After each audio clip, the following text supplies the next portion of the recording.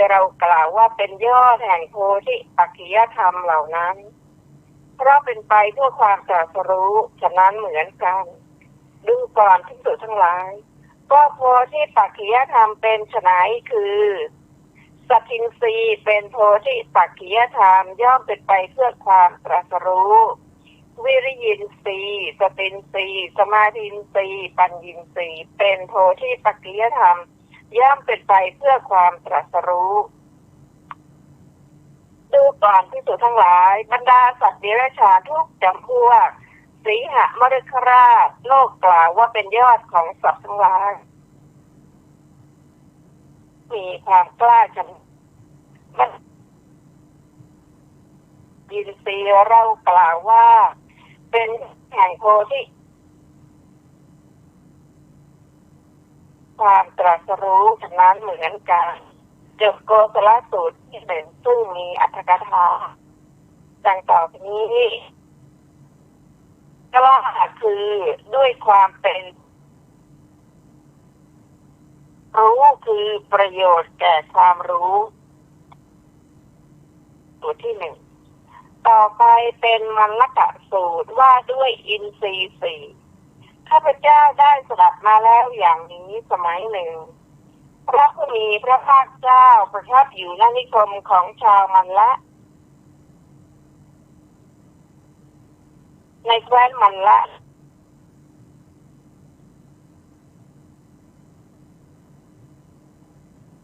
ก่อนภิกษุทั้งหลายก็อริยญาณยังไม่เกิดขึ้นแก่อริยสาวกเพียงใดอินทรีย์สี่ที่ยังไม่ตั้งลงมั่นเพียงนั้นเมื่อใดอริยญาณเกิดขึ้นแล้วอริยสาวกเมื่อนั้นอิน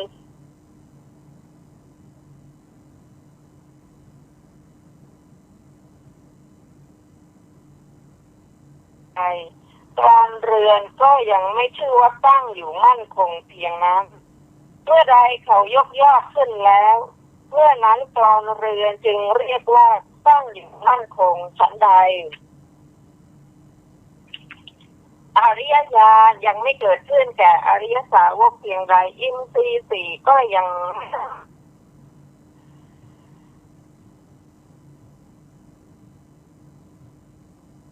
อริยญาณเกิดขึ้นแล้วแก่อริยสาวกก็ตั้งลงมั่นฉะนั้นเหมือนกันอินทรีย์สี่เป็นไฉนคือสัตทินทรีย์หนึ่งวิริยินทรีย์หนึ่งสมาธินทรีย์หนึ่งดูก่อนภิกษุทั้งหลายศรัทธาวิริยสติสมาธิอันไปตามปัญญาของอริยสาวกผู้มีปัญญาย่อมตั้งมั่นจบมัลลกะสูตรที่สองมีอรรถกถาดังต่อไปนี้คำว่าในแคว้นมัลละถือในสี่เดือนค่ะอริยญาณเป็นโลกุตระอริยญาณแม้นั้นอาศัยอินทรีย์ทั้งสี่เป็นของเจือกัน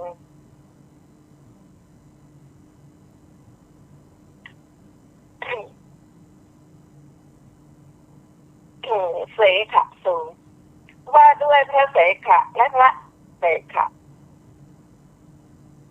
ข้าพเจ้าได้สดับมาแล้วอย่างนี้สมัยหนึ่งพระผู้มีพระภาคเจ้าประทับอยู่ณโคสิตารามใกล้กรุงโกสัมพีณที่นั้นแหละพระผู้มีพระภาคเจ้าตรัสเรียกภิกษุทั้งหลายแล้วตรัสว่าดูก่อนภิกษุทั้งหลายปริยายที่ภิกษุผู้เป็นเสขะอาศัยแล้วตั้งอยู่ในเสขภูมิจึงรู้ว่าเราเป็นพระเสขะที่ภิกษุผู้เป็นอเสขะอาศัยแล้วตั้งอยู่ในอเสขภูมิพึงรู้ว่าเราเป็นพระอเสขะมีอยู่หรือผู้ทั้งหลายกราบทูลว่าข้าแต่พระองค์ผู้เจริญธรรมทั้งหลายของพวกข้าพระองค์มีพระผู้มีพระภาคเจ้าเป็นแบบอย่างพระผู้มีพระภาคเจ้าตรัสว่าดูก่อนภิกษุทั้งหลาย ปริยายที่ภิกษุผู้เป็นเสขะอาศัยแล้วตั้งอยู่ในเสขภูมิจึงรู้ว่าเราเป็นพระเสขะที่ภิกษุผู้เป็นอเสขะอาศัยแล้วตั้งอยู่ในอเสขภูมิจึงรู้ว่าเราเป็นพระอเสขะมีอยู่ดูก่อนภิกษุทั้งหลายปริยายที่ภิกษุผู้เป็นเสขะอาศัยแล้วตั้งอยู่ในเสขภูมิย่อมรู้ว่าเราเป็นพระเสขะเป็นไฉนภิกษุผู้เป็นเสขะในธรรมวินัยนี้ย่อมรู้ชัดตามความเป็นจริงว่านี้ทุกขสมุทัยนี้ทุกขนิโรธนี้ทุกขนิโรธคาไม่มีปฏิปทาดูก่อนภิกษุทั้งหลายปริยายแม้นี้แหละที่ภิกษุผู้เป็นเสขะอาศัยแล้วตั้งอยู่ในเสขภูมิย่อมรู้ชัดว่าเราเป็นพระเสขะดูก่อนภิกษุทั้งหลายอีกประการหนึ่งภิกษุผู้เป็นเสขะย่อมพิจารณาเห็นดังนี้ว่าสมณะหรือพราหมณ์อื่นภายนอกจากศาสนานี้ซึ่งจะแสดงธรรมที่จริงแท้แน่นอนเหมือนพระผู้มีพระภาคเจ้ามีอยู่หรือพระเสขะนั้นย่อมรู้ชัดอย่างนี้ว่าสมณะหรือพราหมณ์อื่นภายนอกศาสนานี้ซึ่งจะแสดงธรรมที่จริงแท้แน่นอนเหมือนพระผู้มีพระภาคเจ้าไม่มีดูก่อนภิกษุทั้งหลายปริยายแม้นี้แหละที่ภิกษุผู้เป็นเสขะอาศัยแล้วตั้งอยู่ในเสขภูมิย่อมรู้ว่าเราเป็นพระเสขะดูก่อนภิกษุทั้งหลายอีกประการหนึ่งภิกษุผู้เป็นเสขะย่อมรู้ชัดซึ่งอินทรีย์ห้าคือสัตทินทรีย์หนึ่งวิริยินทรีย์หนึ่งสตินทรีย์หนึ่งสมาธินทรีย์หนึ่งปัญญินทรีย์หนึ่งอินทรีย์ห้านั้นมีสิ่งใดเป็นคติมีสิ่งใดเป็นอย่างยิ่งมีสิ่งใดเป็นผลมีสิ่งใดเป็นที่สุดภิกษุผู้เป็นเสขะยังไม่ถูกต้องสิ่งนั้นแจ้งแทงตลอดด้วยปัญญาดูก่อนภิกษุทั้งหลายปริยายแม้นี้แลที่ภิกษุเป็นเสขะอาศัยแล้วตั้งอยู่ในเสขภูมิย่อมรู้ว่าเราเป็นพระเสขะดูก่อนภิกษุทั้งหลายก็ปริยายที่ตั้งอยู่ในย่อมรู้ว่าเราเป็นพระอเสขะเป็นไฉนภิกษุผู้เป็นอเสขะในธรรมวินัยนี้ย่อมรู้ชัดซึ่งอินทรีย์ห้าคือสัตทินทรีย์จนถึงปัญญินทรีย์อินทรีย์ห้ามีสิ่งใดเป็นคติมีสิ่งใดเป็นอย่างยิ่งมีสิ่งใดเป็นผลมีสิ่งใดเป็นที่สุดอริสาวกผู้เป็นอเสขะถูกต้องสิ่งนั้นด้วยนามกายและเห็นแจ้งแทงตลอดด้วยปัญญาดูก่อนภิกษุทั้งหลายปริยายแม้อย่างนี้ที่ภิกษุผู้เป็นอเสขะอาศัยแต่ตั้งอยู่ในอเสขภูมิย่อมรู้ว่าเราเป็นพระอเสขะดูก่อนภิกษุทั้งหลายอีกประการหนึ่งภิกษุผู้เป็นอเสขะย่อมรู้ชัดซึ่งอินทรีย์หกคือจักขุนทรีย์หนึ่งโสตินทรีย์หนึ่งคานินทรีย์หนึ่ง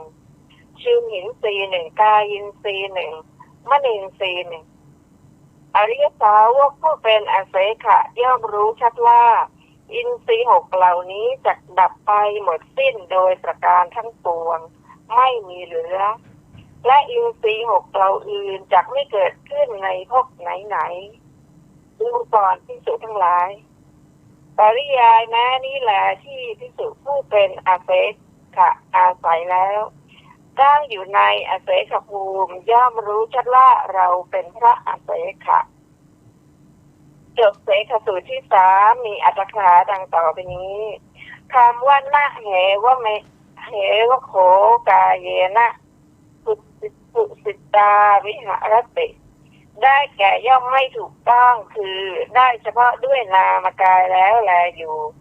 อธิบายว่าย่อมไม่อาจถูกต้องคือได้เฉพาะคำว่าแต่เห็นแจ้งแทงตลอดด้วยปัญญาคือก็แล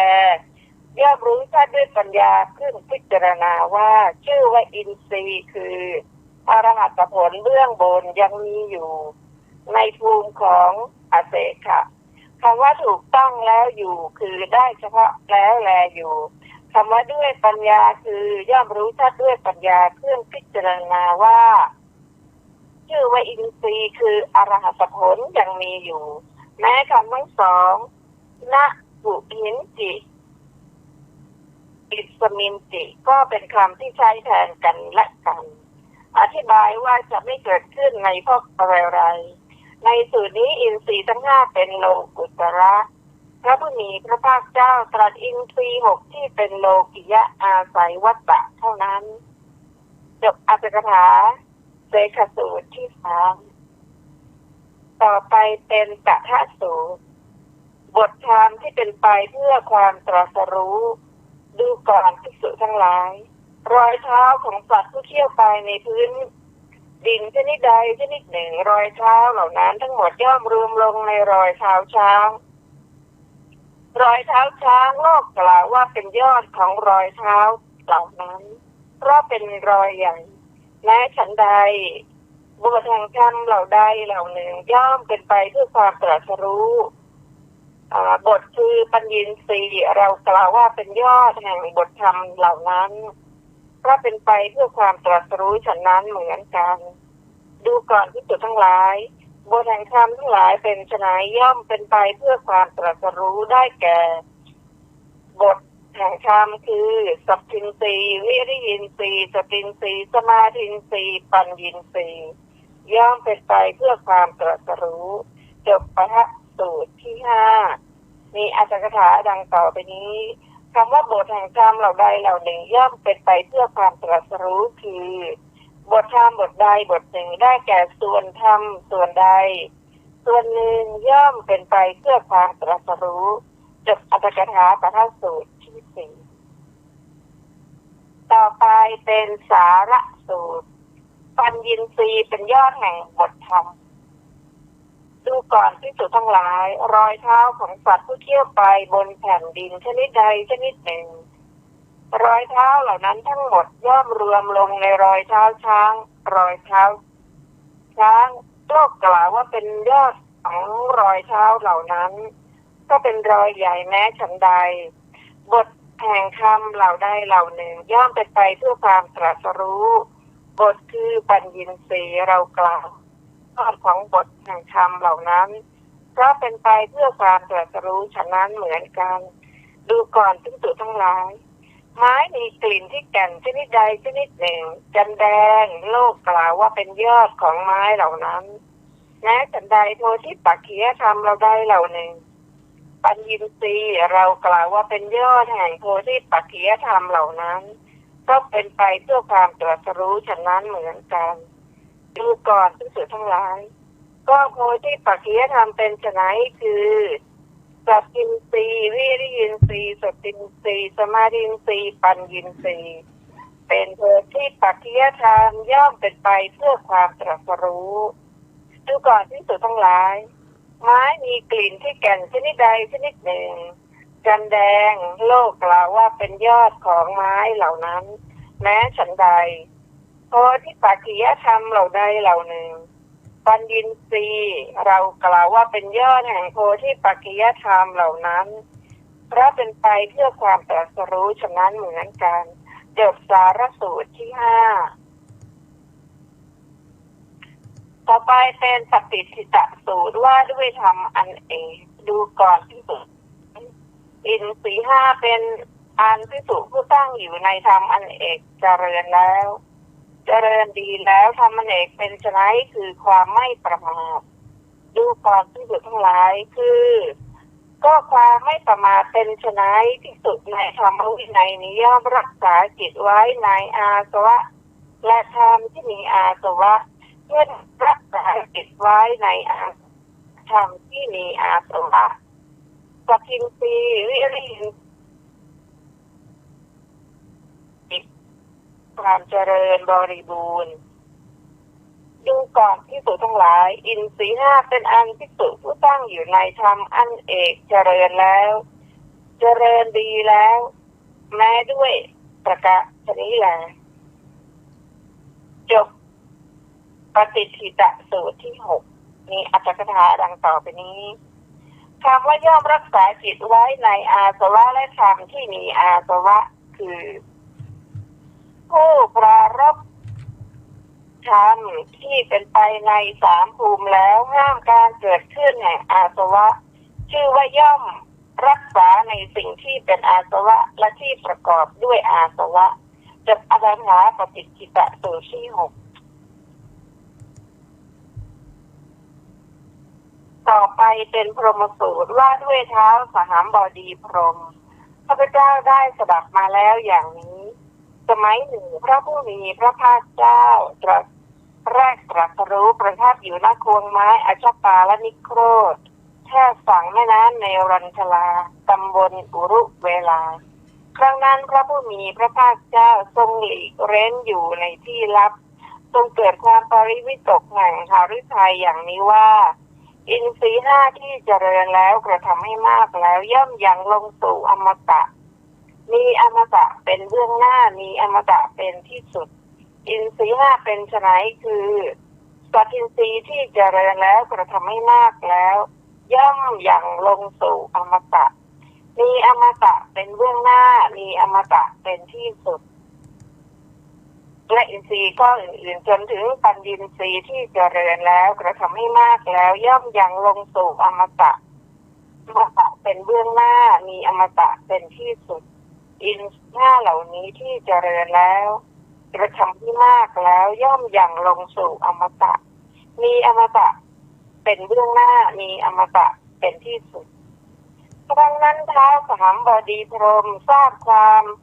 ปริวิตกแห่งพระหฤทัยด้วยใจแล้วจึงหายตัวจากพรหมโลกมาปรากฏเป็นแขนที่คู่หรือคู่แขนที่เหยียดฉะนั้นครั้งนั้นท้าวสหัมบดีพรหมกระทำผ้าห่มเฉวียงบ่าข้างหนึ่งประนมอัญชลีไปทางพระผู้มีพระภาคเจ้าแล้วกราบทูลว่าข้าแต่พระผู้มีพระภาคเจ้าข้อนี้เป็นอย่างนั้นข้าแต่พระที่เจริญแล้วกระทำให้มากแล้วย่อมยังลงสู่อมตะมีอมตะเป็นเบื้องหน้ามีอมตะเป็นที่สุดอินทรีย์5เป็นไฉนคือสัพพินทรีย์ที่เจริญแล้วกระทำให้มากแล้วย่อมยังลงสู่อมตะมีอมตะเป็นเบื้องหน้ามีอมตะเป็นที่สุดปัญญินทรีย์ที่เจริญแล้วกระทำให้มากแล้วย่อมยังลงสู่อมตะมีอมตะเป็นเบื้องหน้ามีอมตะเป็นที่สุดอินทรีย์5เหล่านี้ที่เจริญแล้วกระทำให้มากแล้วย่อมยังลงสู่อมตะมีอมตะเป็นเบื้องหน้ามีอมตะเป็นที่สุดข้าแต่พระองค์ผู้เจริญเรื่องเคยมีมาแล้วข้าพระองค์ได้ประพฤติพรหมจรรย์ในพระสัมมาสัมพุทธเจ้าทรงพระนามว่ากัสสปะแม้ในเวลานั้นเขารู้จักข้าพระองค์อย่างนี้ว่าสหกับภิกษุเพราะความที่อินทรีย์5เหล่านี้อันข้าพระองค์เจริญแล้วกระทำให้มากแล้วข้าพระองค์จึงคลายกามฉันท์ในการทั้งหลายเสียได้เมื่อตายไปได้เข้าถึงสุคติพรหมโลกแม้ในพรหมโลกนั้นเขาก็รู้จักข้าพระองค์อย่างนี้ว่าท้าวสหัมบดีพรหมท้าวสหัมบดีพรหมข้าแต่พระผู้มีพระภาคเจ้าข้อนี้เป็นอย่างนั้นข้าแต่พระสุคตข้อนี้เป็นอย่างนั้นข้าพระองค์รู้ข้าพระองค์เห็นข้อที่อินทรีย์5เหล่านี้ที่บุคคลเจริญแล้วย่อมอย่างลงสู่อมตะมีอมตะเป็นเบื้องหน้าที่สุดจบพรหมสูตรที่7ในสูตรนี้ไม่มีอัตถกถานะคะต่อไปเป็นสูกรัฐาตาสูตรทำเป็นแดนเกษมจากโยคะส มัยหนึ่งพระผู้มีพระภาคเจ้าประทับอยู่ณถ้ำสุกรขาตาเขาคิชกูฏใกล้กรุงราชคฤห์ณที่นั้นพระองค์ตรัสเรียกท่านพระสารีบุตรแล้วตรัสถามว่าดูก่อนสารีบุตรภิกษุผู้ขีณาสพเห็นอำนาจประโยชน์อะไรหนอจึงประพฤตินอบน้อมอย่างยิ่งในตถาคตหรือในศาสนาของตถาคตท่านสารีบุตรกราบทูลว่าข้าแต่พระองค์ผู้เจริญภิกษุผู้ขีณาสพเห็นธรรมเป็นแดนเกษมจากโยคะอันยอดเยี่ยมจึงประพฤตินอบน้อมอย่างยิ่งในพระตถาคตหรือในศาสนาของพระตถาคตพระผู้มีพระภาคเจ้าตรัสว่าถูกละสารีบุตรภิกษุผู้ขีณาสพเห็นธรรมเป็นแดนเกษมจากโยคะอันยอดเยี่ยมจึงประพฤตินอบน้อมในตถาคตหรือในศาสนาของตถาคตดูก่อนสารีบุตรก็ทำเป็นแดนเกษมจากโยคะอันยอดเยี่ยมที่ภิกษุขีณาสพเห็นอยู่จึงประพฤตินอบน้อมอย่างยิ่งในตถาคตหรือในศาสนาของตถาคตนั้นเป็นไฉนพระสารีบุตรตอบว่าข้าแต่พระองค์ผู้เจริญภิกษุผู้ขีณาสพในธรรมวินัยนี้ย่อมเจริญสัตทินรีย์อันให้ถึงความสงบให้ถึงความรู้ย่อมเจริญวิริยินทรีย์สัตทินรีย์สมาธินทรีย์ปัญญินทรีย์อันให้ถึงความสงบให้ถึงความรู้ข้าแต่พระองค์ผู้เจริญธรรมเป็นแดนเกษมจากโยคะอันยอดเยี่ยมนี้แลที่ภิกษุผู้ขีณาสพเห็นอยู่จึงประพฤตินอบน้อมอย่างยิ่งในพระตถาคตหรือในศาสนาของพระตถาคตพระผู้มีพระภาคเจ้าถูกละสารีบุตรธรรมเป็นแดนเกษมจากโยคะอันยอดเยี่ยมนี้แลที่ภิกษุผู้ขีณาสพเห็นอยู่จึงประพฤตินอบน้อมอย่างยิ่งในตถาคตหรือในศาสนาของตถาคตดูก่อนสารีบุตรการนอบน้อมอย่างยิ่งที่ภิกษุผู้ขีณาสพประพฤติในตถาคตหรือในศาสนาของตถาคตเป็นไฉนสารีบุตรตอบว่าข้าแต่พระองค์ผู้เจริญภิกษุผู้ขีณาสพในธรรมวินัยมีความเคารพยำเกรงในพระศาสดาในพระธรรมในพระสงฆ์ในการศึกษาในสมาธิข้าแต่พระองค์ผู้เจริญการนอบน้อมอย่างยิ่งนี้แลที่ภิกษุผู้ขีณาสพประพฤติในพระตถาคตหรือในศาสนาของตถาคตพระผู้มีพระภาคเจ้าถูกละสารีบุตรการนอบน้อมอย่างยิ่งนี้แลที่ภิกษุผู้ขีณาสพประพฤติในตถาคตหรือในศาสนาของตถาคตจบสุกรขาตาสูตรที่8ท่านผู้ฟังที่เคารพค่ะวันนี้รายการศึกษาธรรมนำสุขก็ได้จบลงแล้วเราจะพบกันใหม่ในวันพรุ่งนี้เวลา 15 นาฬิกาเป็นต้นไปขอขอบพระคุณทุกท่านที่ได้ร่วมศึกษาด้วยกันขอความเจริญในธรรมยิ่งได้บังเกิดแก่ท่านทุกท่านวันนี้เราก็ขอลาไปก่อนนะคะสวัสดีค่ะ